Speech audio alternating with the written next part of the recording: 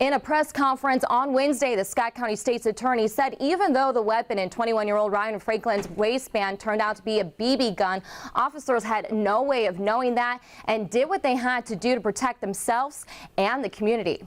1 of 5 of them holding him at gunpoint. He has a gun. Send fire and medic here. Man down. Scott County State's Attorney Michael Walton says the morning of October 10th, Officer Mike Jacobson asked for backup while he was holding Franklin at gunpoint. When Mr. Franklin turned around and went to his knees, Officer Jacobson immediately noticed the handle of a handgun in his back waistband of his pants.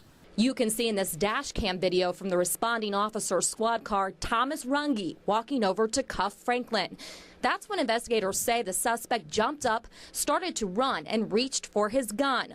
Officer Jacobson shot at Franklin 3 times, hitting him twice in the back. I'm not in Officer Jacobson's mind, but if it were me, I'd be saying, wow, I need to protect not only myself, but I need to protect my partner who's up there totally, without a gun in his hand. Chief Frank Donchez says Officer Jacobson did what he had to do to stop the threat, something he says his officers are trained for. You're making a decision in literally a split second, and it's a life and death decision, and that's why training is so important.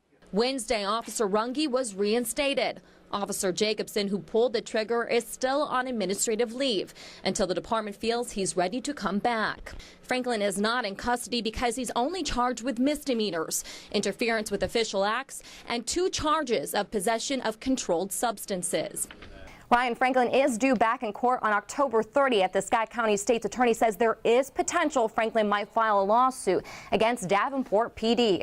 Christine Sauder, CBS 4 News, This Morning.